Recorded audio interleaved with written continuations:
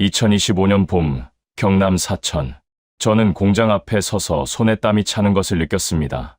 27년간 미국 국방부에서 수백 건의 전투기 프로그램을 분석해온 제가 지금 이 순간 손이 떨리고 있었습니다. 제 앞에는 KF이 있었습니다. 양산형으로 완성된 실전 배치를 기다리는 한국이 만든 전투기. 저는 유럽의 한 방산기업으로부터 KF 경쟁력 분석 의뢰를 받았을 때 솔직히 말씀드리면 이틀이면 끝날 일이라 생각했습니다. 그런데 그 여정은 제 인생에서 가장 긴 여정이 되었습니다. 거리가 아니라 생각이 바뀌는데 그만큼 걸렸다는 뜻입니다. 오늘 그 이야기를 시작합니다. 그 전에 잠깐 누르는데 1초도 걸리지 않는 좋아요와 구독 버튼을 눌러주시면 영상 제작에 아주 큰 힘이 됩니다. 그럼 오늘의 사연 시작합니다. 안녕하세요. 제 이름은 브레넌 코크입니다. 버지니아 주 알링턴에서 태어나 조지타운 대학교에서 항공우주공학 박사를 받았고 1997년부터 2024년까지 미국 국방부 전력기획실에서 수석 분석관으로 일했습니다. 전투기 획득 프로그램 검토만 100건이 넘고 F-22부터 F-35까지 미국이 자랑하는 모든 전투기 프로그램의 분석에 직간접적으로 관여했습니다. 동료들은 저를 동아시아 방산 회의론자라고 불렀습니다. 저는 그 별명이 싫지 않았습니다. 데이터가 그렇게 말했으니까요. 적어도 저는 그렇게 믿었습니다. 27년의 경력, 100건이 넘는 프로그램 분석, 그 모든 것 위에 서 있던 제가 사천의 공장 앞에서 처음으로 흔들렸습니다. 손바닥에 땀이 차는 것을 느낀 것은 태어나서 손에 꼽을 만큼 드문 일이었습니다. 저는 유럽계 방산기업으로부터 KF-21 경쟁력 분석 의뢰를 받았을 때 솔직히 말씀드리면 이틀이면 끝날 일이라 생각했습니다. 그런데 그 여정은 제 인생에서 가장 긴 여정이 되었습니다. 거리가 아니라 생각이 바뀌는데 그만큼 걸렸다는 뜻입니다. 오늘 그 이야기를 시작합니다. 저는 버지니아 주 알링턴의 조용한 주택가에서 자랐습니다. 집 뒤쪽으로는 포토맥 강이 흘렀고 맑은 날이면 강 너머 워싱턴 DC의 스카이라인이 보였습니다. 어렸을 때부터 저는 그 스카이라인 위를 날아다니는 군용기들을 바라보며 컸습니다. 알링턴은 미국 국방의 심장부와 지척이었습니다. 펜타곤이 차로 10분 거리였으니까요. 아버지는 항공 엔지니어였습니다. 퇴근하면 늘 항공 잡지를 들고 오셨고 저녁 식사 자리에서는 늘 전투기 이야기가 나왔습니다. F-14의 가변익 설계가 왜 혁명적인지, F-15의 추력대 중량비가 왜 당시 세계 최고였는지, 아버지의 목소리에는 언제나 자부심이 가득했습니다. 미국이 만든 전투기라는 자부심, 저는 자연스럽게 그 자부심을 물려받았습니다. 조지타운 대학교에서 항공우주공학을 전공하고 박사까지 마친 후 저는 국방부에 들어갔습니다. 1997년이었습니다. 냉전이 끝난 지 얼마 되지 않아 세계 방산 시장은 미국 중심으로 완전히 재편되어 가던 시절이었습니다. F-16이 전 세계 하늘을 지배하고 있었고 곧 F-22가 나올 것이라는 기대감이 넘쳐 흘렀습니다. 그 시절 국방부 전력기획실은 흥미진진한 곳이었습니다. 매일 세계 각국의 전투기 도입 계획이 보고서로 올라왔고 저는 그것들을 분석하며 하루를 보냈습니다. 어느 나라가 어떤 전투기를 도입하면 지역 안보 지형이 어떻게 바뀌는지, 미국은 어떤 전략으로 동맹국의 선택을 관리해야 하는지를 분석하는 것이 제 일이었습니다. 저는 그 일을 사랑했습니다. 매일 아침 5시 30분에 기상해서 커피 한 잔을 들고 세계 방산 뉴스를 훑는 것으로 하루를 시작했습니다. 버지니아의 집 서재 벽면에는 제가 분석에 참여했던 전투기들의 사진이 빼곡히 붙어 있었습니다. F-15, F-16, F-18, F-22, F-35, 그리고 프랑스의 라팔, 유럽의 타이푼, 스웨덴의 그리펜, 세계 최고의 전투기들이 제 서재를 채우고 있었습니다. 그 서재 어디에도 한국 전투기 사진은 없었습니다. 그것이 자연스럽다고 생각했습니다. 한국은 우리가 기술을 이전해준 나라였습니다. F-16을 라이선스 생산하고 T-50 훈련기를 만들어 동남아시아에 팔고 있는 나라. 그 이상도 이하도 아니라고 저는 확신했습니다. 동료 찰스 윌킨스와 저는 격주로 화상회의를 했습니다. 찰스는 제가 국방부에서 가장 신뢰하는 동료였습니다. 그도 저와 비슷한 경력을 가진 베테랑 분석관이었습니다. 어느 날 찰스가 말했습니다. 코크, 이번 한국 KF-21 파일 봤어? 제대로 좀 봐봐. 저는 웃으며 답했습니다. 찰스, 우리 그거 볼 시간에 더 중요한 거 보자. 찰스는 그 말에 웃지 않았습니다. 지금 생각하면 그 표정이 이미 경고였습니다. 아내 캐서린은 늘 제 옆에 있었습니다. 국방부 생활 27년 동안 그녀는 제가 늦게까지 서재에 불을 켜놓고 보고서를 읽어도 주말에도 노트북을 놓지 않아도 한 번도 불평하지 않았습니다. 딸 소피아가 대학에 들어가던 해 소피아는 한국 문화에 빠져들기 시작했습니다. 한국 드라마를 보고 한국 음악을 듣고 한국 음식을 먹으러 다니며 제게 자주 말했습니다. 아빠, 한국이 요즘 세계를 이끌고 있잖아요. 저는 늘 웃으며 답했습니다. 그건 엔터테인먼트 얘기고 방사는 달라. 소피아는 그때마다 눈을 흘겼습니다. 그 눈을김이 나중에 얼마나 정확한 것이었는지 그때는 몰랐습니다. 2024년 가을, 저는 27년간의 국방부 생활을 마치고 독립방산 컨설턴트로 나섰습니다. 은퇴 후 생활이 안정되어 갈 무렵 유럽의 한 방산 기업으로부터 연락이 왔습니다. 독일과 프랑스 자본이 합쳐진 컨소시엄 형태의 회사로 라팔과 타이푼, 그리펜 등 유럽 전투기들의 수출 전략에 오랫동안 관여해온 곳이었습니다. 담당자는 에릭 쇼베르그라는 사람이었습니다. 덴마크 출신으로 방산 컨설팅 업계에서 20년 이상 일한 베테랑이었습니다. 에릭이 보내온 의뢰서의 첫 페이지에는 단 한 줄이 쓰여 있었습니다. KF-21이 우리 시장을 위협하고 있다. 저는 그 문장을 읽고 커피잔을 내려놓았습니다. 그리고 다시 한번 읽었습니다. 의뢰비는 예상보다 3배 높았습니다. 그것이 무엇을 의미하는지 저는 어렴풋이 느꼈습니다. 이 사람들이 정말로 겁먹고 있구나. 하지만 그때까지도 저는 크게 흔들리지 않았습니다. 그저 유럽 방산업계가 과민 반응하는 것이라고 생각했습니다. 그것이 저의 마지막 오만이었습니다. 저는 분석을 시작했습니다. 그리고 데이터들이 하나씩 나타나기 시작하면서 제 마음속 어딘가에서 아주 작은 균열이 생기기 시작했습니다. 아직은 느끼지 못했습니다. 하지만 균열은 이미 시작되고 있었습니다. 그것이 이 이야기의 시작이었습니다. 저는 버지니아의 서재에 앉아 전 세계 전투기 수요 데이터를 정리하기 시작했습니다. 오랫동안 해온 작업이라 손에 익었습니다. 엑셀 화면에 국가별 전투기 보유 현황, 교체 수요 예측, 예산 규모, 지정학적 변수들이 하나씩 채워져 갔습니다. 그런데 뭔가 이상했습니다. 제가 원하는 답이 나오지 않았습니다. 공급 측에서 지워지는 것들이 너무 많았습니다. 러시아 전투기는 우크라이나 전쟁 이후 서방 진영 국가들이 사실상 구매 불가 상태였습니다. 중국 전투기는 처음부터 대부분의 시장에서 차단되어 있었습니다. 미국의 F-35는 수출 허가 절차가 복잡하고 가격은 치솟고 있었습니다. F-35A 블록사 기준 가격이 1억 7,700만 달러. 그 숫자를 화면에 써놓고 저는 잠시 멈췄습니다. 유럽의 새 전투기 라팔, 타이푼, 그리펜은 여전히 시장에 있었습니다. 하지만 문제가 있었습니다. 이 전투기들은 20년 전 설계가 기반이었습니다. 레이더를 A사 레이더로 업그레이드 한다고 해서 설계 자체의 한계가 사라지는 것은 아니었습니다. 구매를 원하는 나라들의 대기줄도 길었습니다. 당장 필요한 나라들이 2년, 3년을 기다려야 하는 상황이었습니다. 그렇다면 그 공백을 채우는 것은 무엇인가? 화면 위에서 선택지들을 지워나가다 보면 마지막에 무엇이 남는지 계산하는 것은 방산 분석의 기본 중 기본입니다. 저는 27년간 그 작업을 해왔습니다. 그런데 이번에는 지워지고 남은 것이 제 예상과 달랐습니다. 화살표가 한국을 가리키고 있었습니다.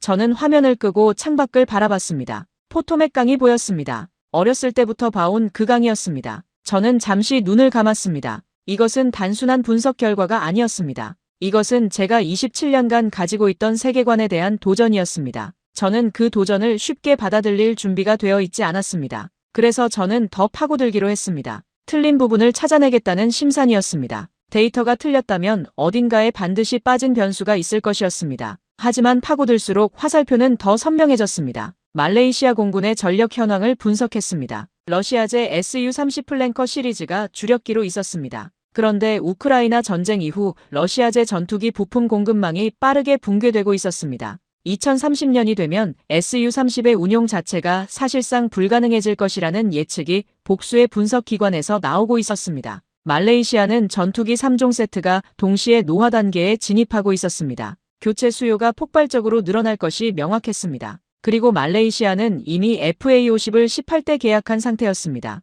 저는 그 계약 소식을 처음 들었을 때 별 생각이 없었습니다. 경전투기 구매. 그냥 그렇게 봤습니다. 그런데 이제 다시 보니 달랐습니다. 이것은 FA-50으로 끝나는 이야기가 아니었습니다. FA-50은 KF-21 블로기로 가는 로드맵의 첫 단계였습니다. 에릭이 보낸 브리핑 자료에는 내부 정보가 담겨 있었습니다. 말레이시아와 폴란드의 FA-50 도입은 KF-21 블록이 구매를 위한 포석이다. 저는 그 문장을 처음 읽었을 때 과장이 심하다고 생각했습니다. 그런데 지금 데이터를 직접 펼쳐놓고 보니 과장이 아니었습니다. 찰스가 보낸 짧은 메시지가 화면에 떴습니다. 코크.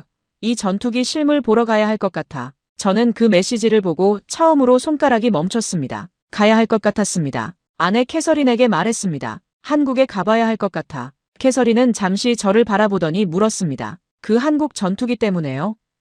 저는 고개를 끄덕였습니다. 캐서린이 웃었습니다. 뭔가를 알고 있는 사람의 웃음 같았습니다. 딸 소피아는 그날 저녁 메시지를 보내왔습니다. 아빠, 한국 가면 삼겹살이랑 치킨 꼭 먹어봐요. 진짜 맛있어요. 저는 웃으며 알겠다고 답했습니다. 전투기 분석을 하러 가는 것인데 딸은 음식 걱정을 했습니다. 그 가벼움이 오히려 좋았습니다. 제 마음속의 무거움을 조금 덜어냈으니까요. 인천공항에 내리던 날, 저는 비행기 안에서 내내 KF-21 관련 기술 문서를 읽었습니다. 14시간의 비행 동안 읽어도 다 읽지 못할 만큼 분량이 많았습니다. 그리고 읽을수록 이것이 그냥 훈련기 업그레이드 수준이 아니라는 것이 느껴지기 시작했습니다. 하지만 저는 아직 그 느낌을 받아들이지 않으려 했습니다. 한국에 도착해서 서울을 거쳐 경남 사천으로 내려가는 길, 차창 밖으로 펼쳐지는 한국의 봄 풍경은 예상보다 훨씬 아름다웠습니다. 산이 많고 강이 많고 그 사이로 도시들이 촘촘하게 들어서 있었습니다. 버지니아와는 완전히 다른 풍경이었지만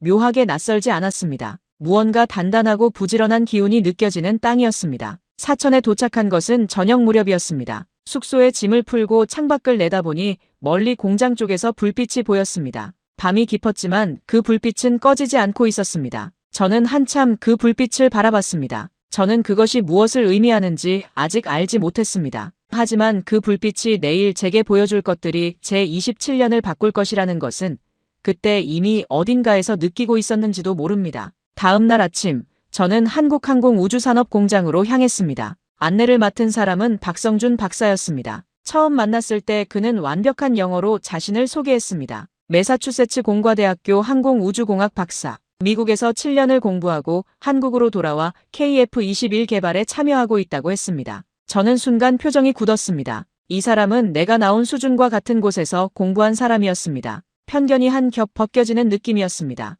공장 입구에서 첫걸음을 내딛는 순간 저는 멈췄습니다. 규모가 달랐습니다. 제가 상상했던 것이 아니었습니다. 천장이 높고 넓은 생산 라인이 펼쳐져 있었고 한쪽에는 폴란드 공군 버전 FA-52, 바로 옆에는 말레이시아 공군 버전 FA-52이 나란히 조립되고 있었습니다. 두 나라의 전투기가 한 지붕 아래에서 동시에 만들어지고 있었습니다. 저는 그 장면을 어떻게 이해해야 할지 몰랐습니다. 찰스가 제 옆에서 낮게 말했습니다. 코크, 표정이 왜 그래?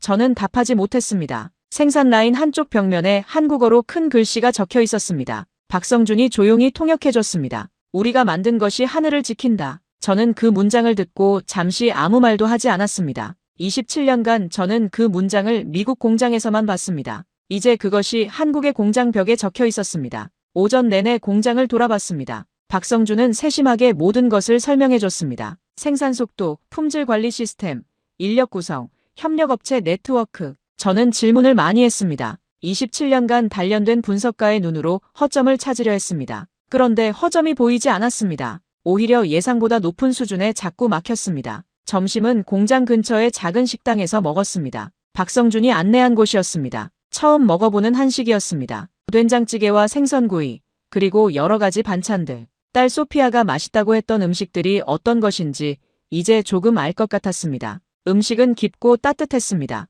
공장에서 긴장하며 버틴 오전이 조금 풀리는 느낌이었습니다. 오후에는 활주로 쪽으로 나갔습니다. 그리고 그 순간을 만났습니다. KF-21이 비행 테스트를 위해 활주로로 이동하고 있었습니다. 저는 말 그대로 멈췄습니다. 사진으로 본 것과 실물은 달랐습니다. 날렵하고 균형 잡힌 기체, 미국 전투기에서만 봤던 그 감각적인 설계가 눈앞에 있었습니다. 찰스가 제 어깨를 건드리며 말했습니다. 코크, 우리가 틀렸을 수도 있어. 저는 그 말에 아무것도 답하지 않았습니다. 하지만 속으로는 이미 알고 있었습니다. 그날 저녁 저는 에릭에게 보고 전화를 했습니다. 생각보다 규모가 크고 체계적이야. 에릭은 잠시 침묵하더니 말했습니다. 그래도 실전 배치 전투기가 없잖아. 시제기일 뿐이야. 그 관점에서 써줘. 저는 알겠다고 했습니다. 하지만 전화를 끊고 나서 한참 동안 핸드폰을 내려다봤습니다. 이미 뭔가 달라지고 있었습니다. 제 안에서. 그날 밤 숙소 창밖으로 다시 공장 불빛이 보였습니다. 어젯밤과 똑같이 꺼지지 않고 있었습니다. 저는 커튼을 치지 않고 한참을 그 불빛을 바라봤습니다. 저 안에서 지금 무슨 일이 벌어지고 있는 것일까? 밤을 새워 일하는 사람들. 한국의 하늘을 지키겠다는 그 문장을 믿으며 일하는 사람들. 저는 노트북을 열었습니다. 보고서 초안 파일이 열려 있었습니다. 커서가 깜빡이고 있었습니다. 저는 한참 그 화면을 바라봤습니다. 무언가가 시작되고 있었습니다. 아직 이름을 붙일 수 없는 무언가가. 다음 날 아침 에릭에게서 전화가 왔습니다. 그리고 그 통화는 제가 예상하지 못했던 방향으로 흘러갔습니다. 에릭의 목소리는 처음과 달리 날이 서 있었습니다. 코크, 우리 회사 고위 임원들이 이번 보고서의 방향에 대해 관심을 갖고 있어. 어느 방향으로 결론을 낼 건지 미리 얘기해 줄 수 있어? 저는 잠시 멈췄습니다. 보고서의 결론을 제출 전에 먼저 맞춰보자는 것이었습니다. 27년간 그런 요청을 받아본 적이 없지는 않았습니다. 하지만 그때마다 저는 데이터가 나온 후에 얘기하자고 답했습니다. 이번에도 그렇게 답했습니다. 에릭의 목소리가 미묘하게 차가워졌습니다. 그날 오전, 저는 전 국방부 동료 로버트 젠슨에게서 메시지를 받았습니다. 코크, 내 이름이 KF-21 분석 보고서에 들어간다는 걸 록히드 마틴 쪽 사람들이 알고 있어. 불편해하고 있다는 말이 있어. 조심해. 로버트의 말은 친절한 경고였지만 저를 오히려 더 화나게 만들었습니다. 27년간 저는 단 한 번도 분석 결과를 외부 압력으로 바꾼 적이 없었습니다. 박성준이 그날 오후 저를 다시 공장으로 안내했습니다. 이번에는 더 깊은 곳까지 들어갔습니다. A사 레이더 통합 시스템이 작동하는 테스트 공간, 전자전 장비 점검실, 그리고 무장 통합 시뮬레이션 공간. 박성준은 모든 것을 차분하게 설명했습니다. 저는 메모를 했습니다. 많이, 빠르게. 저녁에 숙소로 돌아와 노트북을 켰을 때 에릭의 상사에게서 직접 전화가 왔습니다. 한스 디터 피셔였습니다. 유럽 방산업계에서 30년을 넘게 일한 사람으로 라팔과 타이푼 판매 전략을 수십 년간 설계해온 거물이었습니다. 그의 목소리는 부드러웠지만 무게가 있었습니다. 브레넌, 이번 보고서가 우리 회사에 어떤 의미를 갖는지 알고 있지요?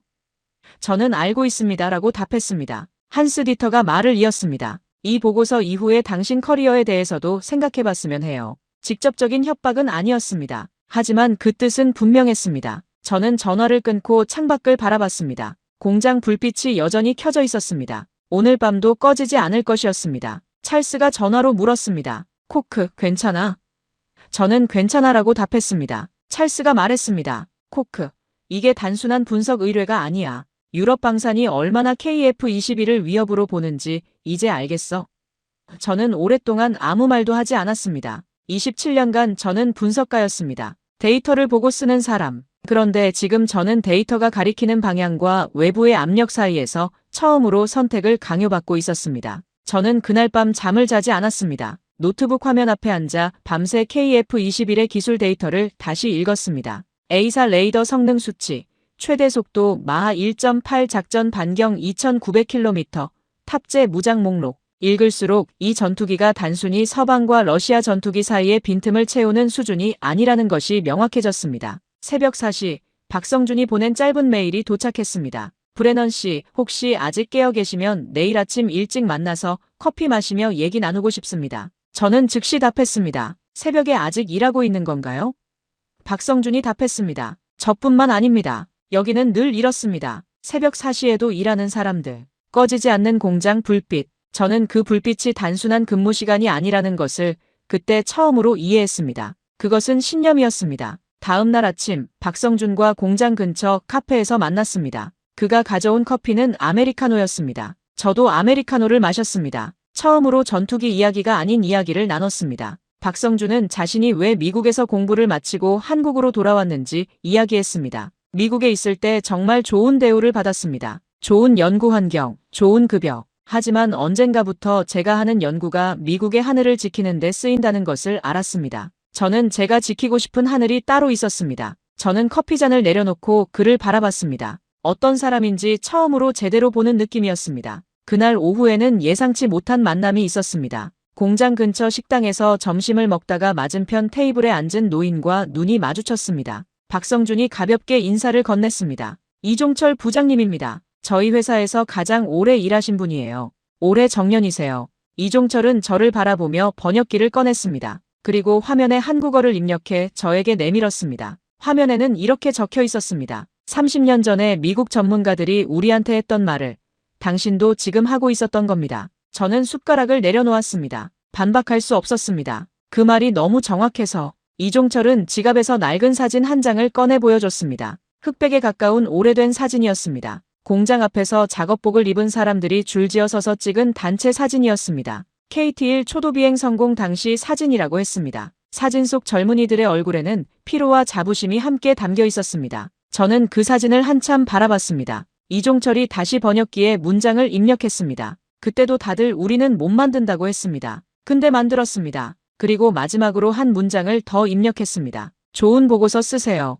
데이터가 말하는 대로요. 저는 그 문장을 읽고 처음으로 눈이 뜨거워지는 것을 느꼈습니다. 27년간 저는 단 한 번도 보고서를 쓰면서 눈이 뜨거워진 적이 없었습니다. 숙소로 돌아오는 길에 찰스가 조용히 말했습니다. 코크, 뭔가 달라졌네. 저는 창밖을 보며 말했습니다. 응, 더 이상의 말은 없었습니다. 필요하지 않았습니다. 그날 밤 저는 아내 캐서린에게 전화했습니다. 캐서린, 내가 틀렸던 것 같아. 캐서린이 답했습니다. 그거 알아내는데 27년 걸렸네요. 그리고 웃었습니다. 저도 웃었습니다. 한참 동안 같이 웃었습니다. 웃고 나서 마음이 훨씬 가벼워진 것이 느껴졌습니다. 저는 그날 밤 이종철의 말을 반복해서 생각했습니다. 데이터가 말하는 대로요. 저는 27년간 그 원칙을 지켜왔다고 믿었습니다. 그런데 한국 앞에서는 그 원칙을 처음부터 적용하지 않았습니다. 데이터를 보기 전에 이미 답이 정해져 있었습니다. 그것이 편견이라는 것을 이제는 알았습니다. 노트북을 열었습니다. 에릭을 위해 작성하던 초안이 화면에 열려 있었습니다. 저는 오랫동안 그 화면을 바라봤습니다.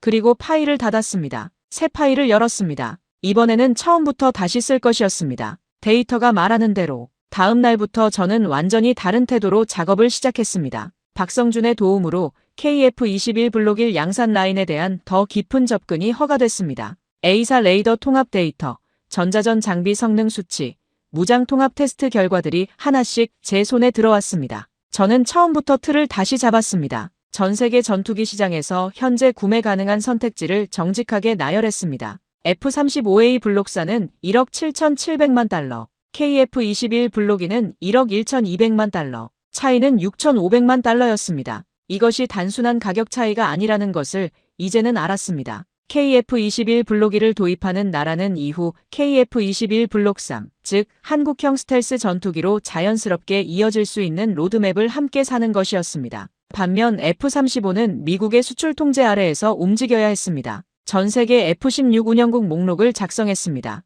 200대 가까운 F-16 구형 전투기를 운용하는 이집트가 눈에 들어왔습니다. 태국, 말레이시아, 인도네시아, 필리핀, 서방 진영이면서 구매력이 있는 나라들. 이 나라들 모두가 FA-50을 거쳐 KF-21으로 이어지는 경로 위에 있었습니다. 태국 공군의 실전 데이터를 집중적으로 분석했습니다. 태국은 캄보디아와의 국경 분쟁 과정에서 FA-50TH 버전을 실제로 투입했습니다. 결과는 놀라웠습니다. 정밀 타격 능력이 노화된 F-16보다 뛰어났고 출격당 운용 비용은 37% 절감됐습니다. 이것은 홍보 수치가 아니었습니다. 실제 작전에서 나온 숫자였습니다. 저는 이 데이터를 처음 본 순간 손이 떨렸습니다. 폴란드 공군 관계자와 화상 인터뷰를 했습니다. 그는 말했습니다. FA-50을 선택한 것은 단순한 경전투기 구매가 아닙니다. 이것은 KF-21 블록2로 가는 우리의 로드맵입니다. 한국이 이렇게 빨리 이 수준에 도달할 줄 몰랐습니다. 솔직히 우리도 놀랐습니다. 저는 그 발언을 그대로 보고서에 담기로 했습니다. 말레이시아 공군 관계자와의 비공개 인터뷰에서는 더 충격적인 내용이 나왔습니다. Su-30의 부품 수급이 2028년 이후 사실상 불가능해질 것이라는 내부 평가를 공유해줬습니다. 그들은 이미 KF-21 블록2를 진지하게 검토 중이었습니다. 인도네시아와 같은 전투기를 운용하는 역사적 패턴, 경쟁국과의 군사력 균형, 미국 의존에서 벗어나고 싶은 외교적 판단이 복합적으로 작용하고 있었습니다. 보고서의 70%를 완성했을 때 저는 처음으로 이것으로 충분하다는 확신을 가졌습니다. 찰스에게 중간 내용을 공유했습니다. 찰스는 한참 읽더니 말했습니다. 코크, 이 보고서 나가면 한스 디터가 가만히 있지 않을 거야. 저는 답했습니다. 알아. 그래서 완벽하게 써야 해. 찰스가 웃었습니다. 오랜만에 보는 그의 진심 어린 웃음이었습니다. 그날 밤 박성준이 야근을 하며 제가 요청한 추가 데이터를 영문으로 정리해줬습니다. 새벽이 가까워졌을 때 박성준이 컵라면 2개를 가져왔습니다. 우리는 나란히 앉아 컵라면을 먹으며 자료를 검토했습니다. 한국의 심야 작업. 이 나라에서는 그것이 일상이었습니다. 저는 컵라면이 그렇게 맛있다는 것을 그날 처음 알았습니다. 그리고 다음 날 모든 것을 바꾼 하루가 왔습니다. 박성준에게서 아침 일찍 메일이 왔습니다. 브레넌 씨, 오늘 KF-21 블록1 양산형 출고 행사가 있습니다. 보고 가실래요?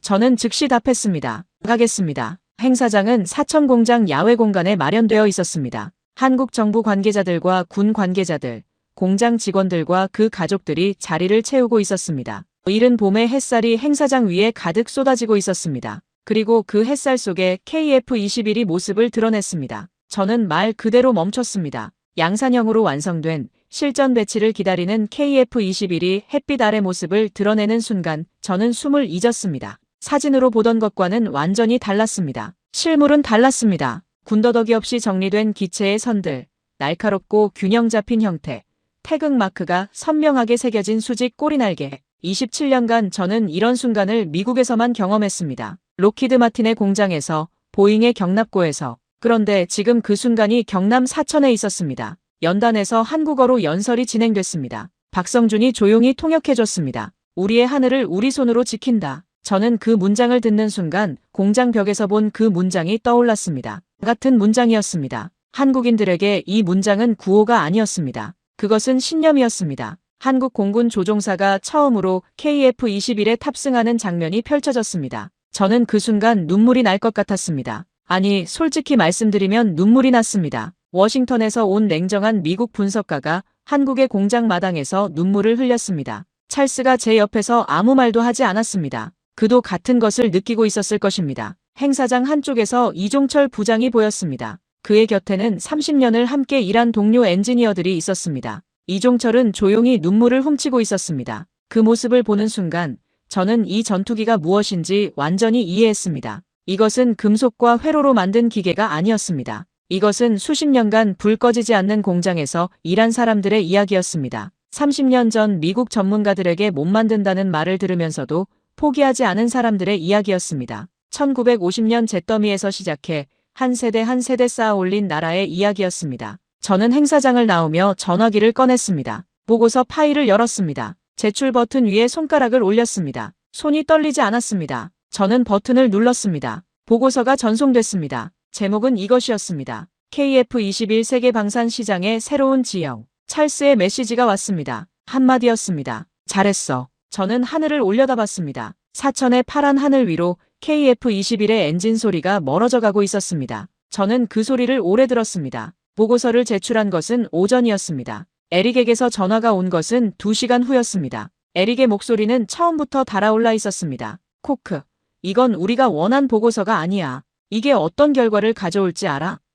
저는 조용하고 단호하게 답했습니다. 에릭, 이게 데이터가 말하는 보고서입니다. 에릭이 말했습니다. 당신 업계에서 끝났어. 저는 담담하게 답했습니다. 알겠습니다. 전화가 끊겼습니다. 저는 전화기를 내려다봤습니다. 27년간의 경력이 이 보고서 하나로 흔들릴 수 있다는 것을 알고 있었습니다. 하지만 이상하게도 두렵지 않았습니다. 오히려 처음으로 분석가답다는 느낌이 들었습니다. 하루가 지났습니다. 찰스에게서 연락이 왔습니다. 코크, 보고서가 방산업계 내부에서 돌고 있어. 빠르게 퍼지고 있어. 저는 잠시 침묵했습니다. 찰스가 말을 이었습니다. 말레이시아 공군 관계자가 인터뷰 요청 보냈어. 태국도, 인도네시아도. 저는 창밖을 바라봤습니다. 보고서가 살아서 움직이고 있었습니다. 그것이 제 보고서여서가 아니었습니다. 데이터가 말하는 것이었기 때문이었습니다. 박성준에게서 메시지가 왔습니다. 보고서 봤습니다. 감사합니다. 짧은 문장이었습니다. 하지만 저는 그 2마디가 오래 마음에 남았습니다. 이종철 부장에게서도 짧은 문자가 왔습니다. 한국어였습니다. 번역기가 보여주는 내용은 이것이었습니다. 고마워요. 저는 그 2글자를 한참 바라봤습니다. 아내 캐서린에게 전화했습니다. 잘 됐어. 캐서린이 답했습니다. 알고 있었어요. 그 말에 저는 또 웃었습니다. 딸 소피아에게 메시지를 보냈습니다. 한국에 와보니 내 말이 맞더라. 소피아가 환호성을 지르는 이모티콘을 연달아 보내왔습니다. 그날 저녁 찰스와 저는 사천의 작은 식당에서 저녁을 먹었습니다. 소주를 처음 마셨습니다. 독특한 맛이었습니다. 찰스가 잔을 들며 말했습니다. 코크, 우리 이제 어떻게 할 거야? 저는 잔을 들며 답했습니다. 방향을 바꿔야지. 더 이상 유럽 방산 의뢰만 받을 이유가 없잖아. 찰스가 웃었습니다. 나도 그렇게 생각해. 우리는 잔을 부딪혔습니다. 그 이후 상황은 예상보다 빠르게 흘러갔습니다. 보고서가 복수의 방산 전문 매체에 인용되기 시작했습니다. 한 방산 전문지는 이런 제목으로 기사를 냈습니다. 전직 미 국방부 분석관의 보고서, KF-21을 F-35 시대 이후 최대 변수로 지목. 기사 내용 중에는 제가 직접 쓴 문장도 인용됐습니다. KF-21 블로기는 단순한 전투기가 아니다. 세계 방산 시장 공급 공백을 채우는 현실적 유일 대안이다. 국제방산 세미나에서 패널로 초청이 왔습니다. 저는 참석했습니다. 그 자리에는 유럽 방산 전문가들이 여럿 있었습니다. 한스 디터도 있었습니다. 토론은 격렬했습니다. 유럽 측 전문가들은 KF-21의 스텔스 부재, 엔진 미국 의존성, 실전 경험 부족을 집중적으로 공격했습니다. 저는 하나씩 데이터로 답했습니다. 스텔스 부재는 블록 3 개발이 이미 착수됐고 2032년 이후 순차적으로 해결된다. 엔진 의존성은 한국이 독자 엔진 개발 1,300억 원 투자를 시작했으며 블록 3 시점에 맞춰 독립할 계획이다. 실전 경험은 FA50의 태국 실전 투입 데이터가 이미 존재한다. 유럽 측 전문가 한 명이 마지막에 조용히 말했습니다. 수치 자체는 반박하기 어렵네요. 저는 미소를 참았습니다. 세미나가 끝나고 복도에서 한스 디터가 다가왔습니다. 그는 손을 내밀었습니다. 저는 악수를 했습니다. 한스 디터가 말했습니다. 당신 보고서 때문에 우리 내부에서 난리가 났소. 하지만 수치는 맞아요. 저는 말했습니다. 감사합니다. 그 악수의 무게는 달랐습니다. 무거웠습니다. 하지만 정직한 무게였습니다. 찰스가 나중에 말했습니다. 코크, 이 보고서 세상을 바꾸진 않겠지만 방향을 바꾸는 데는 기여할 것 같아. 저는 고개를 끄덕였습니다. 이미 달라지고 있었습니다. 숫자들이 말해주고 있었습니다. 태국 공군이 FA50TH 추가 도입을 공식 검토 중이라는 발표가 나왔습니다. 말레이시아 공군이 KF-21 블로기 관련 협의를 재개했다는 소식도 들려왔습니다. 인도네시아 방산부가 KF-21 관련 논의를 이어가고 있다는 소식도 확인됐습니다. 동남아시아의 지형이 조용히 바뀌고 있었습니다. 그리고 그 흐름의 시작에 사천의 공장이 있었습니다. 저는 그해 가을 딸 소피아와 함께 한국을 두 번째로 방문했습니다. 이번에는 분석이 아니라 사람을 만나러 갔습니다. 박성준 가족과 저녁 식사를 했습니다. 박성준의 딸과 소피아가 한국어와 영어를 섞어가며 이야기를 나누는 것을 바라보며 저는 오랫동안 그 자리에 머물렀습니다. 이것이 진짜 연결이라는 생각이 들었습니다. 전투기 계약보다 더 깊은 연결. 이종철 부장의 정년퇴직 행사에도 초청을 받았습니다. 외국인으로서 그 자리에 있는 것이 처음에는 조금 어색했습니다. 하지만 이종철이 저를 소개하는 방식이 그 어색함을 없애줬습니다. 번역기를 통해 들은 그의 말은 이것이었습니다. 이 사람은 우리 전투기를 가장 정직하게 본 외국인입니다. 행사장에 있던 사람들이 박수를 쳤습니다. 저는 그 박수 소리에 어깨가 떨렸습니다. 이종철이 퇴직 선물로 작은 모형 항공기를 건넸습니다. KT-1이었습니다. 한국 최초의 국산 훈련기. 이종철이 30년 전 처음 만들기 시작한 바로 그 비행기. 저는 그것을 두 손으로 받았습니다. 지금 제 버지니아 서재 책상 위에 그 모형이 놓여 있습니다. 저는 이제 아시아 태평양 방산 자문 전문가로 새로운 커리어를 걷고 있습니다. 한국 방위사업청과 공식 협력 관계를 맺었고 동남아시아 여러 나라의 방산 담당 기관들과 정기적으로 교류하고 있습니다. 서재 벽면이 달라졌습니다. F-15, F-16, F-18, F-22, F-35 사진들 옆에 KF-21 사진이 새로 붙어 있습니다. 아내 캐서린이 그것을 보며 말했습니다. 이제 좀 균형이 잡혔네요. 저는 웃으며 고개를 끄덕였습니다. 미국의 후배 분석관들에게 강연을 할 기회가 생겼습니다. 주제를 고르는데 오래 걸리지 않았습니다. 내가 27년간 틀렸던 이유. 강연이 끝나고 젊은 분석관 하나가 다가와 물었습니다. 어떻게 27년간의 편견을 바꿀 수 있었나요? 저는 잠시 생각하다가 답했습니다. 데이터를 보기 전에 이미 답을 정해두지 않는 것입니다. 그리고 그 데이터 뒤에 있는 사람들을 보는 것입니다. 그 젊은 분석관은 메모를 했습니다. 저는 그 모습이 좋았습니다. 지금 제 강연 소개글에는 이런 문구가 들어가 있습니다. 한국 방산의 저력을 세계에 알린 분석관. 처음 그 문구를 봤을 때 저는 고개를 저었습니다. 제가 한 것은 없었습니다. 데이터가 말하는 것을 썼을 뿐입니다. 하지만 그것이 가장 중요한 일이었습니다. 데이터가 말하는 것을 제때 정직하게 쓰는 것. 그것이 분석가의 가장 기본적인 책임이라는 것을 저는 한국에서 다시 배웠습니다. 저는 오늘 이 이야기를 여러분께 전합니다. 한국이 걸어온 길을 생각합니다. 1950년 아무것도 없던 나라. 잿더미 위에서 시작한 나라. 그 나라의 아버지 세대는 맨손으로 공장을 세우고 논밭을 갈고 자식들을 학교에 보냈습니다. 그 자식들이 미국으로, 독일로, 프랑스로 공부를 하러 갔습니다. 그리고 돌아왔습니다. 박성준처럼.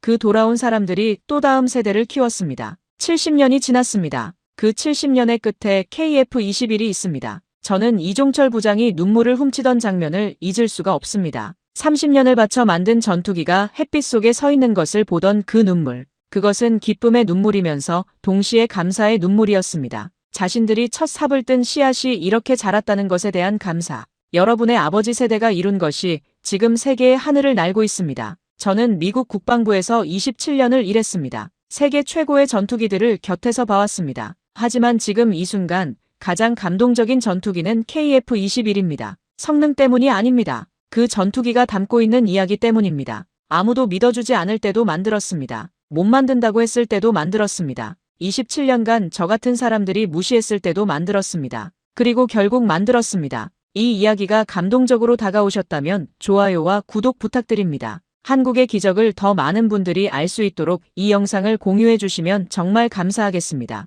여러분 주변의 아버지, 할아버지께도 보여주세요. 이 영상은 그분들의 이야기이기도 합니다. 댓글로 여러분의 생각을 남겨주세요. 한국방산에 대해 더 깊이 알고 싶은 것이 있으시면 알려주세요. 다음 영상에서 더 자세하게 전해드리겠습니다. 긴 시간 함께 해주셔서 진심으로 감사드립니다. 숫자는 거짓말을 하지 않습니다. 저는 35년 동안 그 믿음 하나로 살았습니다. 폴란드 공군 20년, 나토 방산 자문 15년 동안 저는 어떤 전투기도 스펙시트 없이 논하지 않았습니다. 그것이 저의 원칙이었고 그 원칙이 저를 유럽 최고의 방산 조달 전문가 반열에 올려놓았습니다. 그런데 그 원칙이 저를 배신했습니다. 아니, 정확히는 제가 그 원칙을 배신했습니다. 한국이라는 나라 앞에서만큼은 KF-21이라는 이름이 처음 회의 자료에 등장했을 때 저는 데이터를 보지 않았습니다. 이름만 보고 덮었습니다. 한국. 그것으로 충분하다고 생각했으니까요. 1600회 비행시험, 3000개 극한 조건 전항목 통과. 유럽의 어떤 전투기 프로그램도 이 수준의 시험 데이터를 공개한 적이 없었습니다. 저는 그날 35년 동안 쌓아온 확신이 실은 편견이었다는 것을 알았습니다. 그 전에 잠깐 누르는데 1초도 걸리지 않는 좋아요와 구독 버튼을 눌러주시면 영상 제작에 아주 큰 힘이 됩니다. 그럼 오늘의 사연 시작합니다. 제 이름은 브루노 카스퍼스키입니다. 1967년 바르샤바에서 태어났고 공군사관학교를 수석으로 졸업했습니다. 아버지는 소련 전투기 미그 21을 몰던 폴란드 공군 조종사였습니다. 그 아버지 밑에서 자란 저는 어릴 때부터 전투기의 날개 소리를 들으며 자랐습니다. 공군 복무 시절에는 전력기획참모로 폴란드 방공전력 현대화 작업에 직접 참여했고 전역 이후에는 나토 방산 조달 자문위원으로 유럽 전역의 전투기 도입 협상 테이블에 앉았습니다. 15건의 전투기 조달 협상. 그것이 제 이력서의 첫 줄입니다. 저는 냉정한 사람입니다. 동료들은 저를 두고 감정이 없는 사람이라고 했습니다. 칭찬이라고 받아들였습니다. 방산 조달 전문가에게 감정은 사치입니다. 수치가 전부입니다. 그 신념이 저를 여기까지 데려다 줬고 동시에 가장 중요한 진실을 가장 오래 외면하게 만들었습니다. 제 사무실 책상 위에는 항상 3가지가 놓여 있었습니다. 첫째는 미국 F-16 전투기 모형. 폴란드 공군이 소련 시대를 청산하고 처음 도입한 서방 전투기였습니다. 둘째는 아버지의 사진. 미그 21 앞에서 찍은 흑백 사진이었는데 아버지의 눈빛에는 언제나 뭔가 복잡한 감정이 담겨 있었습니다. 셋째는 두꺼운 나토 표준 전투기 성능평가 매뉴얼이었습니다. 저는 그 3가지를 보며 매일 아침을 시작했습니다. 그것이 저의 세계였습니다. 그 세계 안에 한국은 없었습니다. 한국 방산이라는 단어를 들으면 저는 무의식적으로 2단계를 거쳤습니다. 첫째, 가볍게 무시합니다. 둘째, 다음 안건으로 넘어갑니다. 그 2단계 사이에 어떤 분석도 어떤 데이터 확인도 없었습니다. 그냥 이름만 보고 판단했습니다. 데이터 전문가를 자처하는 사람이 데이터를 보지 않았던 겁니다. 이 이야기는 그 모순에 관한 것입니다. 그리고 대한민국이라는 나라가 어떻게 그 모순을 산산이 부숴버렸는지에 관한 것입니다. 숫자 이야기이기도 하고 편견 이야기이기도 합니다. 그리고 무엇보다 포기하지 않는 사람들이 결국 세계를 바꾼다는 이야기입니다. 지금부터 그 이야기를 시작하겠습니다. 2024년 1월의 바르샤바는 유난히 추웠습니다. 비스와 강을 따라 올라오는 칼바람이 코트깃을 파고드는 그 계절에 저는 매일 아침 7시 30분이면 바르샤바 방산연구소 정문 앞에 서 있었습니다. 커피 한 잔을 손에 들고 연구소 건물 입구의 유리문을 밀며 하루를 시작하는 것이 저의 20년 루틴이었습니다. 계단을 올라 3층 복도 끝 제 사무실에 들어서면 창밖으로 바르샤바 구시가지의 지붕들이 보였습니다. 2차 세계대전 때 완전히 파괴됐다가 폴란드인들의 손으로 한 벽돌 한 벽돌 다시 쌓아 올린 그 구시가지를 저는 그 풍경을 보며 하루를 시작하는 것을 좋아했습니다. 무너진 것을 다시 세우는 이야기가 거기 담겨 있었으니까요. 우크라이나 전쟁이 발발한 지 2년이 지난 시점이었습니다. 폴란드는 유럽에서 가장 긴장된 나라 중 하나였습니다. 우크라이나와 국경을 직접 맞댄 나라, 러시아의 다음 목표가 될 수도 있다는 공포가 뉴스마다 흘러나왔습니다. 폴란드 정부는 국내 총생산 대비 4%를 국방비로 쓰겠다는 선언을 했고 그 예산의 상당 부분이 전투기 전력 강화에 배정될 예정이었습니다. 저는 그 맥락 속에서 가장 바쁜 사람 중 하나였습니다. 폴란드 공군 방위력 강화 특별자문단. 저는 그 조직의 핵심 위원이었습니다. 위원장은 제25년 지기인 크시슈토프 볼스키였습니다. 볼스키와 저는 공군사관학교 동기였습니다. 같이 비행훈련을 받고 같이 동유럽의 여러 분쟁 지역을 돌아다니며 방산 현장을 누볐습니다. 그는 저보다 조금 더 정치적인 사람이었고 저는 그보다 조금 더 기술적인 사람이었습니다. 그 조합이 20년 넘게 잘 맞았습니다. 저는 그를 신뢰했습니다. 그것이 나중에 얼마나 순진한 생각이었는지는 훨씬 뒤에야 알게 됩니다. 자문단에는 저 외에도 여러 사람이 있었습니다. 항공공학 박사 출신의 젊은 연구원 아그니에슈카 코발스카. 그녀는 두 아이를 키우면서도 연구에 대한 열정이 남달랐습니다. 그리고 막내 연구원 토마스 노박. 28살짜리 신참으로 눈이 항상 반짝거리는 청년이었습니다. 토마스는 제가 처음 연구소에 들어왔을 때의 저를 떠올리게 했습니다. 뭔가를 끊임없이 파고들고 싶어하는 에너지. 그 에너지가 저는 마음에 들었습니다. 그 무렵 자문단이 다루는 주요 안건은 두 가지였습니다. 하나는 미국의 F-35 추가 도입 협상이었고 다른 하나는 유럽산 전투기 대안 검토였습니다. 프랑스의 라팔, 스웨덴의 그리펜 등이 테이블 위에 올라와 있었습니다. 저는 그 두 갈래 안에서 폴란드의 가장 유리한 조건을 찾아내는 것이 제 역할이라고 믿었습니다. 그런데 서류 더미의 맨 아래에서 낯선 이름이 나타났습니다. 어느 날 오후 토마스가 제 사무실로 들어왔습니다. 양손에 서류를 가득 들고서 그는 늘 그랬듯 조심스러운 표정으로 책상 위에 자료들을 내려놓았습니다. 그러다가 맨 아래에 있던 얇은 파일 하나를 조심스럽게 위에 올려놓으며 말했습니다. 카스퍼스키 위원님, 이것도 한번 보시겠어요? 한국항공우주산업 측에서 보내온 자료입니다. 저는 그 파일을 보지도 않고 대답했습니다. 토마스, 우리가 검토할 시간이 어딨어. 그건 치워. 토마스는 잠시 멈췄습니다. 뭔가 말하려는 것 같았지만 결국 파일을 다시 집어들고 나갔습니다. 저는 그 장면을 금방 잊었습니다. 그것이 얼마나 큰 실수였는지는 한참 뒤에야 알게 됩니다. 표면은 평온했지만 저는 이상한 긴장감을 느끼기 시작했습니다. F-35 협상이 예상보다 복잡해지고 있었습니다. 미국 측 협상 대표는 정중했지만 조건은 단호했습니다. 기체 단가는 논의 가능하지만 소프트웨어 접근 권한과 업그레이드 결정권은 미국이 보유한다는 원칙은 협상 대상이 아니라고 했습니다. 저는 그 말을 처음 들었을 때 뭔가 위화감을 느꼈습니다. 하지만 그게 뭔지 바로 짚어낼 수는 없었습니다. 볼스키는 개의치 않는 눈치였습니다. 브루노, 그건 원래 그런 거야. F-35가 그런 구조잖아. 핵심은 기체 성능이고 폴란드가 그 성능을 필요로 한다는 거야. 나머지는 표준 조건이야. 저는 그 말에 반론을 준비하면서도 자꾸 아버지의 얼굴이 떠올랐습니다. 소련 미그 21 앞에 서 있던 흑백 사진 속 아버지. 자기가 탄 기체의 내부에 무엇이 들어있는지 알 수 없었던 조종사. 그 이미지가 왜 지금 떠오르는지 저는 당시 이해할 수 없었습니다. 그 무렵 토마스가 다시 왔습니다. 이번에는 더 두꺼운 파일을 가지고 왔습니다. 한국항공우주산업의 KF-21 비행시험 데이터 요약본이었습니다. 토마스는 조심스럽게 책상 위에 올려놓으며 말했습니다. 위원님, 이것만 5분만 봐주시면 안 될까요? 저는 서류를 보지도 않고 말했습니다. 토마스, 한국 전투기는 우리가 논의할 수준이 아니야. 개발 이력도 짧고 실전 검증도 없어. 시간 낭비야. 토마스는 이번에는 자리를 뜨지 않았습니다. 작게 말했습니다.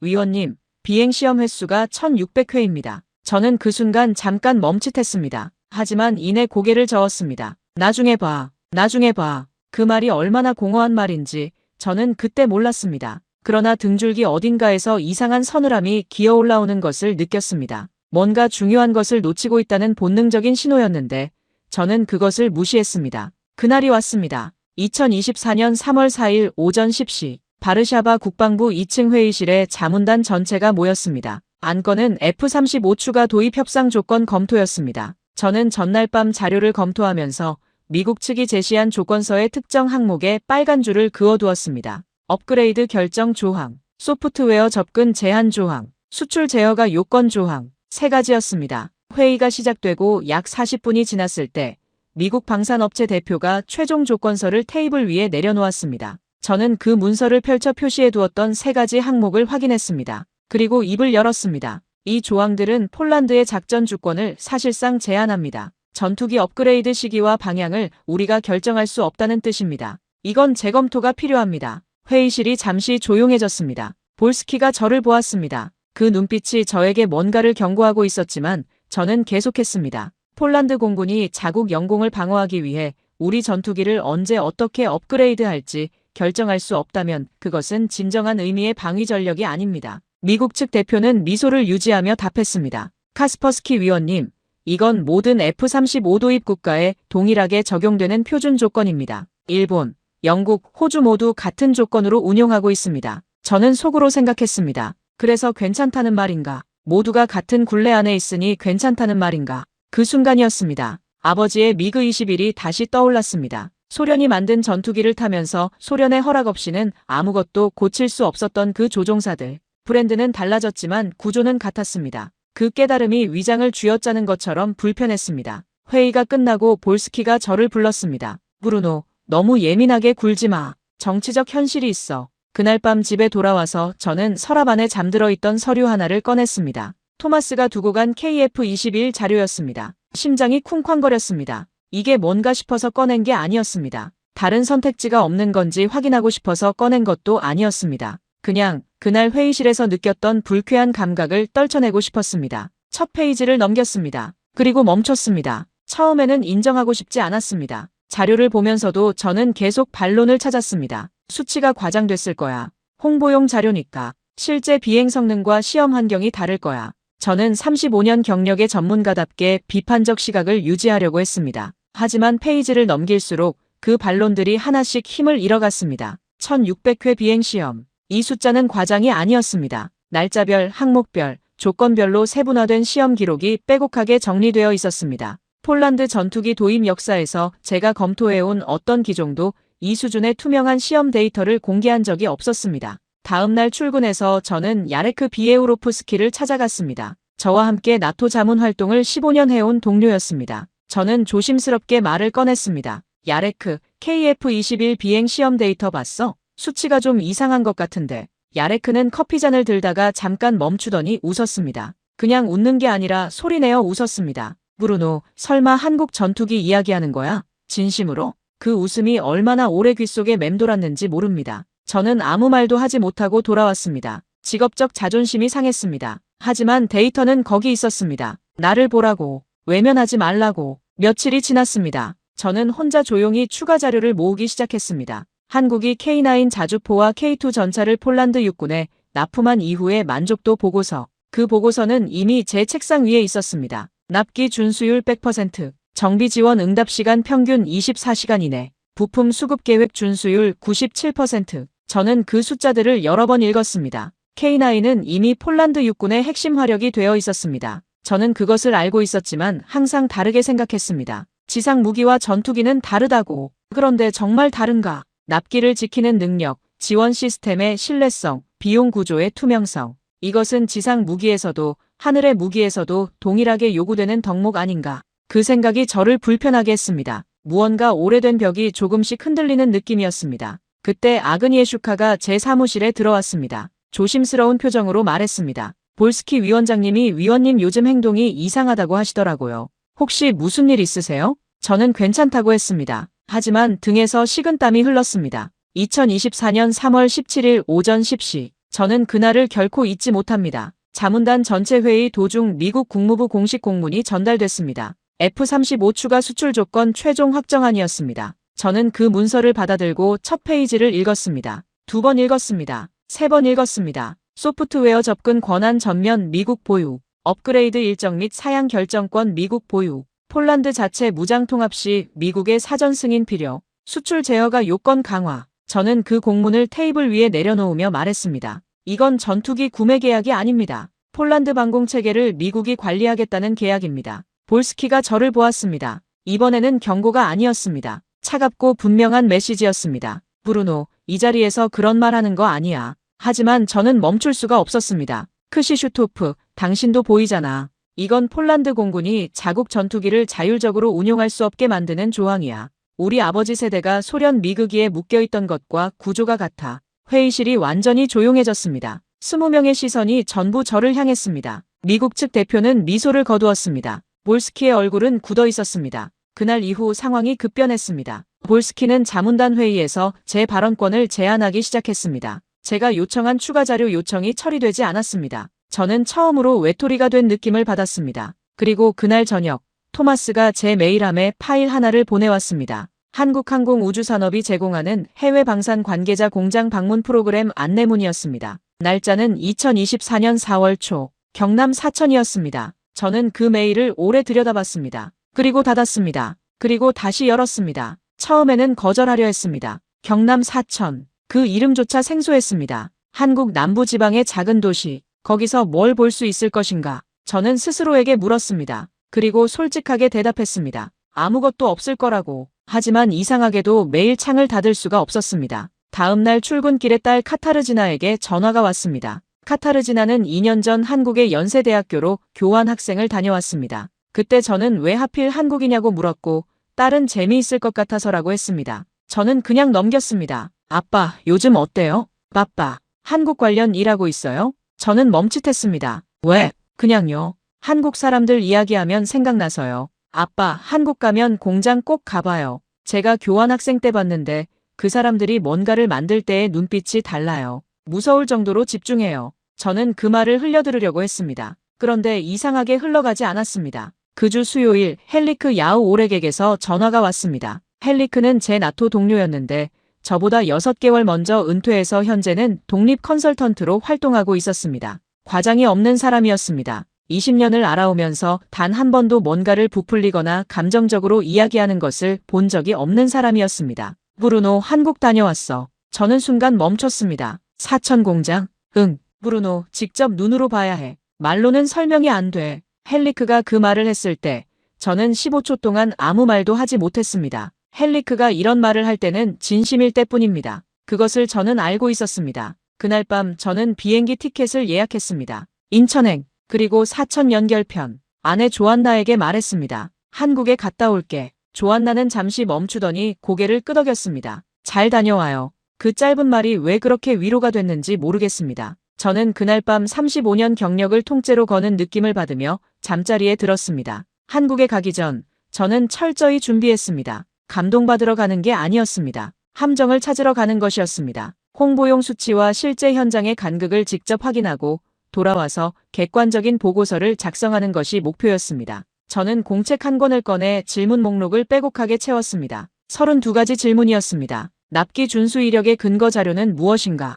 3000개 극한 조건 시험의 구체적 항목은 무엇인가? 블록 1에서 블록 1호의 업그레이드 비용 구조는 어떻게 되는가? 유럽 무장 통합 계획의 구체적 일정은 무엇인가? 양산 라인의 월 생산 능력은 얼마나 되는가? 저는 그 질문들을 보며 생각했습니다. 이 중 하나라도 제대로 된 답변을 못 받으면 이야기는 거기서 끝난다고. 인천공항에 도착한 것은 새벽 5시였습니다. 공항이 이미 사람들로 가득했습니다. 이 이른 시간에 저는 그것이 인상적이었습니다. 연결 항공편을 타고 사천에 도착한 것은 오전 8시 30분이었습니다. 한국항공우주산업 측 차량이 공항에서 기다리고 있었습니다. 차를 타고 공장으로 이동하는 동안 저는 창밖을 바라봤습니다. 경남의 봄 풍경이었습니다. 야트막한 산들과 그 사이를 흐르는 강, 그리고 끝없이 이어지는 벚꽃 가로수. 전쟁의 그림자가 서린 폴란드의 풍경과는 달랐습니다. 그러나 공기에서는 이상하게 긴장감이 느껴졌습니다. 부지런함의 긴장감이라고 할까요? 공장 정문에 도착했습니다. 저는 그 순간을 지금도 생생하게 기억합니다. 정문을 통과하면서 눈에 들어온 것들, 넓고 정돈된 부지, 정확하게 구획된 건물들, 그리고 무엇보다 이 새벽 같은 시간에 이미 여러 곳에서 작업이 진행되고 있다는 것, 불이 켜진 창문들, 인기척들, 저는 뭔가가 다르다는 것을 느꼈습니다. 하지만 인정하고 싶지 않았습니다. 안내를 맡은 인물이 나왔습니다. 이준혁, 한국항공우주산업 수석 엔지니어, 나이는 46이라고 했습니다. 단단한 체형에 조용한 눈빛을 가진 사람이었습니다. 악수를 나누며 저는 생각했습니다. 이 사람이 내 질문 32가지를 다 버텨낼 수 있을까? 저는 첫 번째 질문을 바로 꺼냈습니다. 납기 준수 이력의 근거 자료를 실제로 보고 싶습니다. 계약서와 납품 완료 확인서 대조 자료입니다. 이준혁은 당황하는 기색이 없었습니다. 오히려 질문을 기다렸다는 듯 가볍게 고개를 끄덕이며 말했습니다. 준비해뒀습니다. 이쪽으로 오시죠. 그 태도가 저를 흔들었습니다. 방어적이지 않았습니다. 설명하려 들지 않았습니다. 그냥 보여주겠다고 했습니다.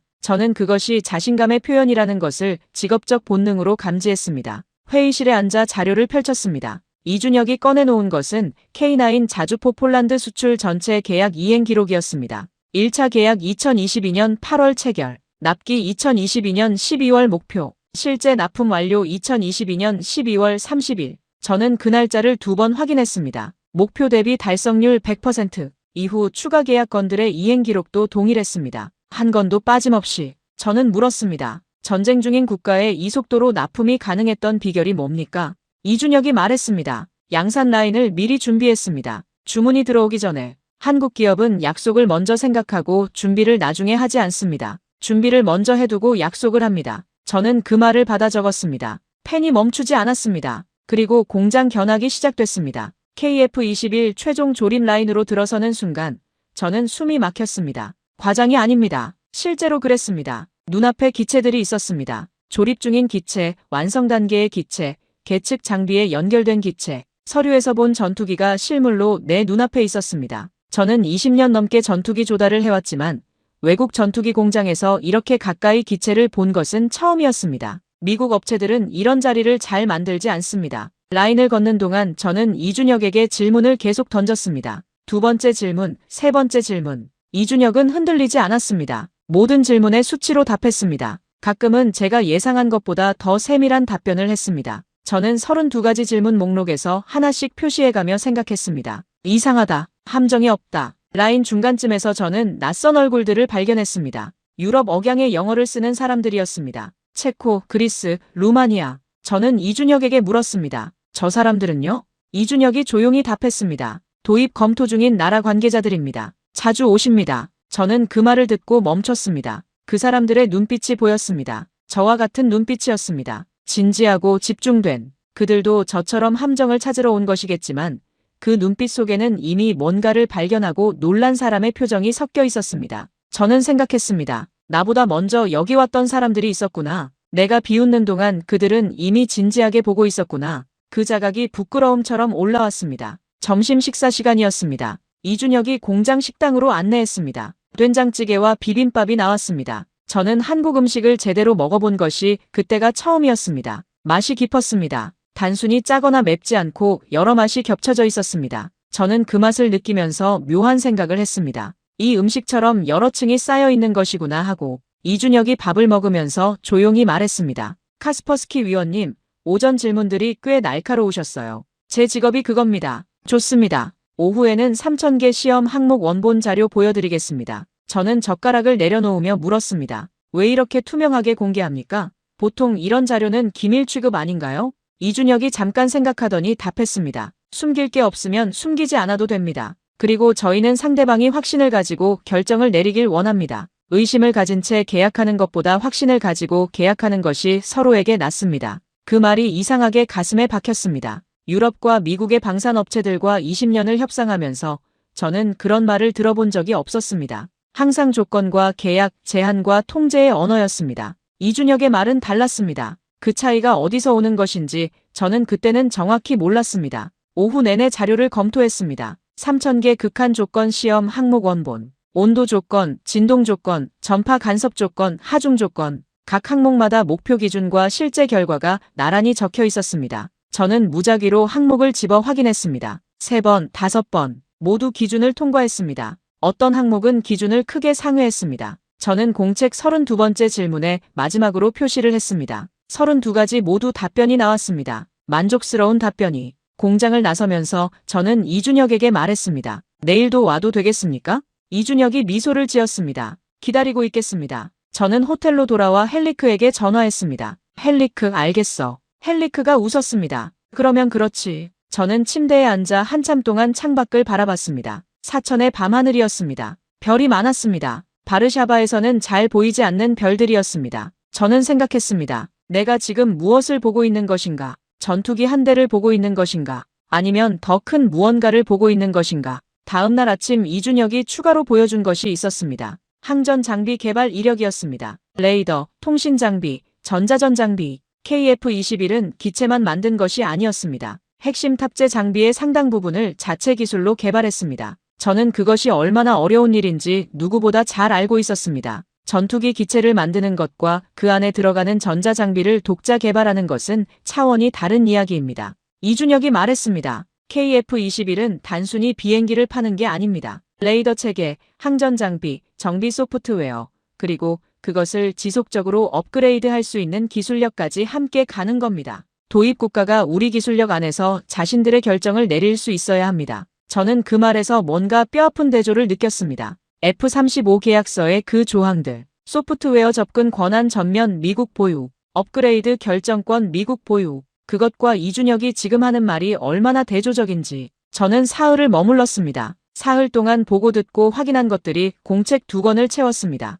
공장을 떠나는 날 아침, 이준혁이 배웅을 나왔습니다. 악수를 나누며 저는 말했습니다. 좋은 것을 보고 갑니다. 이준혁이 답했습니다. 폴란드 하늘도 좋은 것이 지키길 바랍니다. 그 말이 떠나는 내내 머릿속에 맴돌았습니다. 바르샤바로 돌아오는 비행기 안에서 저는 보고서를 쓰기 시작했습니다. 데이터는 명확했습니다. KF-21은 유럽 방산 시장이 진지하게 검토해야 할 전투기였습니다. 가격 구조의 투명성, 납기 준수 이력, 시험 데이터의 신뢰성, 그리고 도입국의 작전 주권을 보장하는 계약 구조. 이 4가지 측면에서 KF-21은 현재 시장의 어떤 대안보다 우위에 있었습니다. 저는 그 내용을 보고서에 담았습니다. 감정 없이, 수치로, 제가 35년 동안 해온 방식 그대로. 바르샤바에 도착하자마자 저는 자문단 보고서 초안에 KF-21 비교 검토 섹션을 추가했습니다. 토마스에게 연락해서 추가 자료 정리를 요청했습니다. 토마스는 바로 응했습니다. 그의 목소리에 기쁨이 담겨 있었습니다. 하지만 보고서 초안을 시스템에 업로드하려는 순간 오류 메시지가 떴습니다.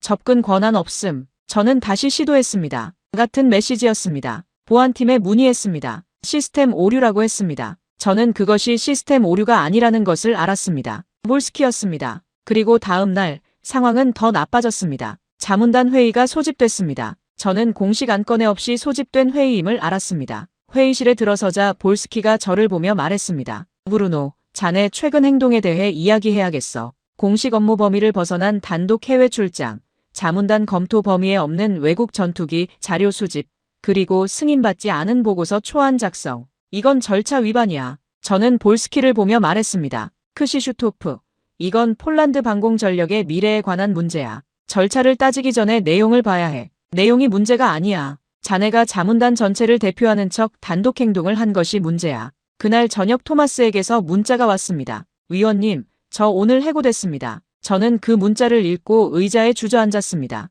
토마스가 해고됐습니다. 나 때문에. 28살짜리 청년이, 눈이 항상 반짝거리던 그 청년이, 저는 그 무게가 어깨를 짓누르는 것을 느꼈습니다. 동시에 볼스키에 대한 분노가 불처럼 올라왔습니다. 그리고 그 분노가 식으면서 차갑고 단단한 결심으로 바뀌었습니다. 그날 밤 11시였습니다. 저는 책상에 앉아 공책을 펼쳤습니다. 사천에서 채운 2권의 공책, 그리고 새 공책 1권을 꺼내 다시 쓰기 시작했습니다. 이번에는 보고서가 아니었습니다. 발표 자료였습니다. 새벽 1시에 메일이 왔습니다. 이준혁이었습니다. 위원님, 상황이 어렵다는 이야기를 들었습니다. 필요하시면 공식 기술 발표 자료를 준비할 수 있습니다. 폴란드 국방부 앞에서 직접 발표할 용의도 있습니다. 저는 그 메일을 읽고 잠시 눈을 감았습니다. 사천의 밤하늘을 떠올렸습니다. 별이 많던 그 하늘을. 메일에 답했습니다. 준비해 주십시오. 새벽 2시에 아그니에 슈카에게서 문자가 왔습니다. 위원님, 저도 같이 하겠습니다. 몰스키한테 맞서겠습니다.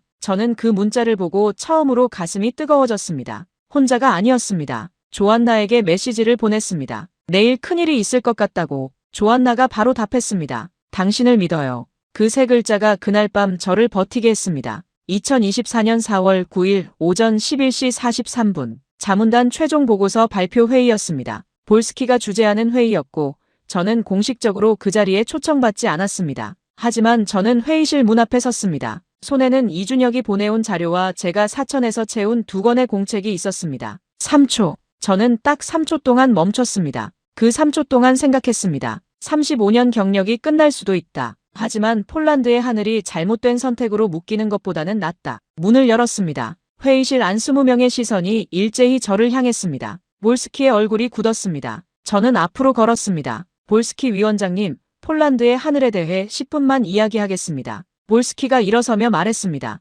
브루노, 자네는 이 자리에 있을 권한이 없어. 폴란드 방공 전력의 미래를 이야기하는 자리에서 35년 경력의 전문가가 있을 권한이 없다고요. 저는 그 말을 하면서 앞쪽 화면으로 걸어갔습니다. 노트북을 연결했습니다. 이준혁이 준비한 발표 자료가 화면에 떴습니다. 여러분, 저는 지난주 경남 사천의 한국항공우주산업공장을 다녀왔습니다. 사흘 동안 직접 확인한 것들을 데이터로 말씀드리겠습니다. 볼스키가 다시 끼어들었습니다. 하지만 이번에는 회의실의 다른 위원들이 볼스키를 향해 시선을 돌렸습니다. 조용히 해달라는 눈빛이었습니다. 저는 발표를 계속했습니다. 납기 준수 이력, 시험 데이터 3,000개 항목, 비용 투명성 구조, 도입국 작전 주권 보장 조항, 그리고 마지막으로 F-35 조건서의 3가지 제한 조항과의 직접 비교. 슬라이드 하나를 넘길 때마다 방 안의 공기가 달라졌습니다. 처음에는 불쾌한 긴장감이었습니다. 중간쯤에는 집중이었습니다. 마지막 슬라이드에서는 침묵이었습니다. 30분이 걸렸습니다. 10분이 아니라 30분이었지만 아무도 말리지 않았습니다. 발표가 끝나고 위원장 대리직을 맡고 있던 젊은 위원 마리우스 드로조프스키가 말했습니다. 카스퍼스키 위원님, 이 자료 원본 공유 가능합니까? 저는 고개를 끄덕였습니다. 볼스키는 그 자리에서 아무 말도 하지 않았습니다. 그리고 발표가 완전히 끝난 후 조용히 자리에서 일어나 문을 닫고 나갔습니다. 그 발걸음 소리가 복도를 지나 멀어지는 것을 저는 들었습니다. 저는 그것으로 충분했습니다. 3일 후 폴란드 국방부에서 공식 연락이 왔습니다. KF-21을 차세대 전투기 공식 비교 검토 대상에 포함시키기로 했다는 내용이었습니다. 국방부 조달국장 피오트르 자보로프스키 준장의 서명이 들어간 공문이었습니다. 저는 그 공문을 받아들고 한참 동안 아무 말도 하지 못했습니다. 이준혁에게 전화했습니다. 이준혁 씨, 폴란드 국방부가 KF-21을 공식 비교 검토 대상에 포함시켰습니다. 전화기 너머에서 잠깐 침묵이 흘렀습니다. 그리고 공장 배경음이 들려왔습니다. 기계 소리, 그리고 무언가 환호하는 소리. 이준혁의 목소리가 조금 갈라졌습니다. 감사합니다, 위원님. 그 말이 저를 울릴 뻔했습니다. 저는 간신히 참으며 말했습니다. 제가 감사해야 합니다. 토마스에게 문자를 보냈습니다. 됐어. 수고했어. 토마스에게서 바로 답장이 왔습니다. 이모티콘 하나였습니다. 눈물을 흘리며 웃는 얼굴. 저는 그 이모티콘을 보고 웃었습니다. 집에 전화했습니다. 조안나가 받았습니다. 됐어. 조안나가 말했습니다. 알고 있었어요. 딸 카타르지나에게도 전화했습니다. 카타르지나 아빠 한국 다녀왔어. 어땠어요? 내가 말한 대로였어. 무서울 정도로 집중하는 눈빛이더라. 카타르지나가 웃었습니다. 그 웃음소리가 참 맑았습니다. 그 이후 일들이 빠르게 전개됐습니다. 폴란드의 KF-21 공식 검토 결정 소식은 유럽 방산 언론을 통해 퍼져나갔습니다. 처음에는 짧은 기사였습니다. 이틀이 지나자 더 긴 분석 기사들이 나왔습니다. 나흘째에는 나토 회원국 여러 곳의 방산 담당자들에게서 연락이 왔습니다. 체코 방산 자문관이 연락했습니다. 루마니아 공군 전력 기획 담당자가 연락했습니다. 그리스 국방부 조달국에서도 메일이 왔습니다. 모두 같은 것을 물었습니다. 직접 받느냐고, 어떻게 받느냐고, 어떻게 접촉하면 되느냐고. 저는 답장을 보내면서 생각했습니다. 내가 혼자라고 생각했는데 사실 나는 혼자가 아니었습니다. 같은 답답함을 느끼고 있던 사람들이 유럽 전역에 있었습니다. 다만 먼저 손을 드는 사람이 없었을 뿐이었습니다. 방산 전문 매체 디펜스 유럽이 인터뷰를 요청했습니다. 저는 처음에는 망설였습니다. 아직 공식 결정이 난 것도 아니었고 자문단에서의 제 위치도 불안정했습니다. 하지만 결국 응했습니다. 인터뷰에서 저는 딱 한 가지만 강조했습니다. 데이터를 직접 보십시오. 기사가 나간 날 조회수가 이틀 만에 20만을 넘었습니다. 유럽 방산 기사로는 보기 드문 숫자였습니다. 댓글에는 다양한 언어로 쓰인 반응들이 달렸습니다. 체코어, 루마니아어, 그리스어, 독일어. 내용은 달랐지만 공통된 정서가 있었습니다. 드디어 누군가 솔직하게 말했다는 것. 볼스키 라인의 반발도 있었습니다. 일부 친미 성향 방산 언론에서 저를 저격하는 기사가 나왔습니다. 경력이 길다고 판단이 옳은 것은 아니라는 식의 논조였습니다. 저는 그 기사들을 읽으면서 오히려 묘한 안도를 느꼈습니다. 반박할 만한 데이터가 없으니 사람을 공격하는 것이구나 하고 한국에서도 소식이 전해졌습니다. 이준혁에게서 연락이 왔습니다. 위원님 인터뷰가 한국 뉴스에도 나왔습니다. 공장분들이 많이 기뻐합니다. 저는 그 말을 듣고 생각했습니다. 경남 사천 공장에서 밤을 새우며 기체를 만들던 그 엔지니어들이 그들의 땀이 드디어 유럽의 문을 두드리기 시작한 것이구나 하고 폴란드 결정이 공식화된 이후 파급 효과는 제가 예상한 것보다 훨씬 빠르게 번졌습니다. 유럽 내에서 미국산 무기 일변도 정책을 재검토해야 한다는 논의가 공개적으로 시작됐습니다. 그동안 비공식 석상에서만 오갔던 이야기들이 나토 회의 공식 의제로 올라오기 시작했습니다. 방산 자주성이라는 키워드가 유럽 방위 논의의 중심에 서게 됐습니다.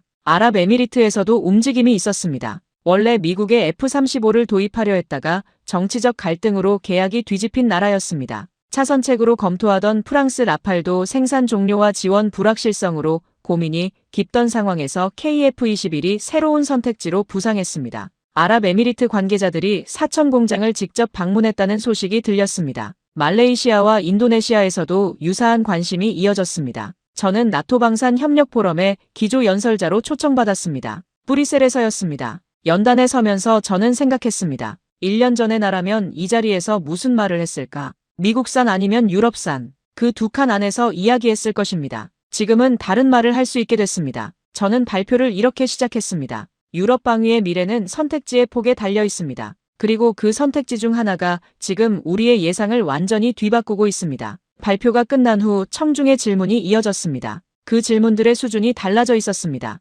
1년 전이라면 나왔을 질문, 한국이 정말 가능하냐는 질문 같은 것은 없었습니다. 이제 질문들은 구체적이었습니다. 어떤 조건에서 어떤 계약 구조가 가능한가? 유지보수 체계는 어떻게 구성되는가?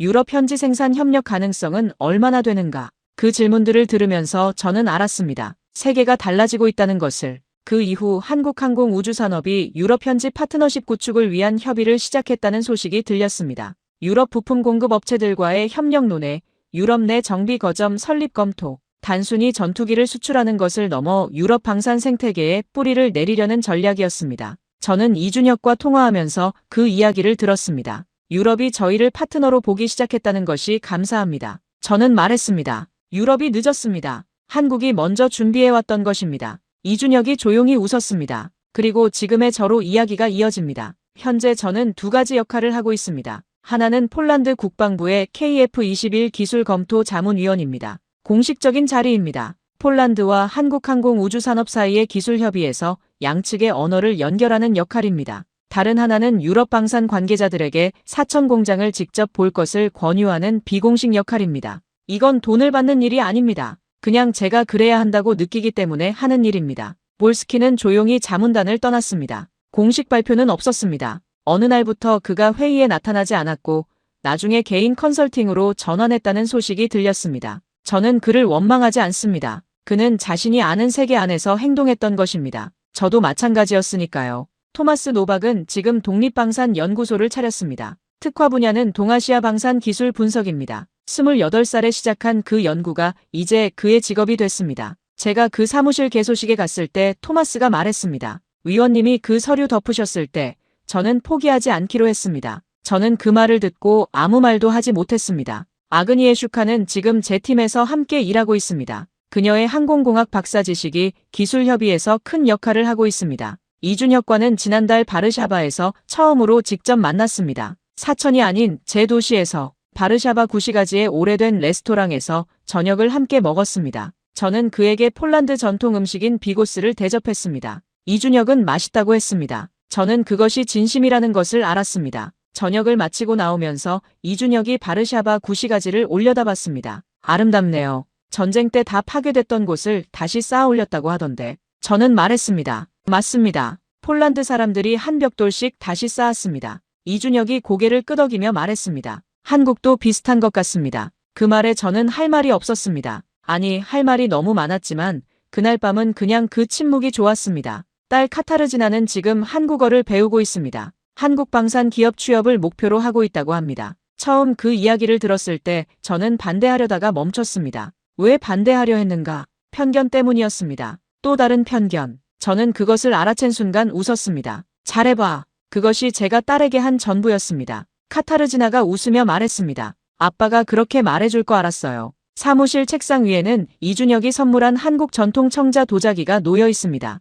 F-16 모형 옆에, 아버지 사진 옆에. 저는 매일 아침 그 도자기를 보며 하루를 시작합니다. 그 도자기의 푸른색이 바르샤바의 하늘색과 비슷하다는 것을 발견한 것은 꽤 나중의 일이었습니다. 이 이야기를 통해 저는 여러분께 한 가지를 말씀드리고 싶습니다. 편견은 경험에서 오지 않습니다. 편견은 경험을 멈춘 자리에서 옵니다. 저는 35년 동안 방산 분야에 있었지만 특정 이름이 붙은 것들에 대해서는 경험을 멈춰버렸습니다. 한국이라는 이름이 붙은 것들에 대해, 그리고 그 멈춤이 저를 오래도록 잘못된 방향으로 이끌었습니다. 대한민국은 1950년 전쟁으로 모든 것이 불에 탄 나라였습니다. 당시 국민소득이 세계 최빈국 수준이었습니다. 그 나라가 70년 만에 세계 방산 수출 강국이 됐습니다. K9 자주포, K2 전차, 그리고 이제 KF-21까지. 이것은 숫자의 기적이 아닙니다. 사람의 기적입니다. 포기하지 않은 사람들이 세대를 이어가며 만들어낸 결과입니다. 저는 그 결과의 한 조각을 사천 공장에서 직접 봤습니다.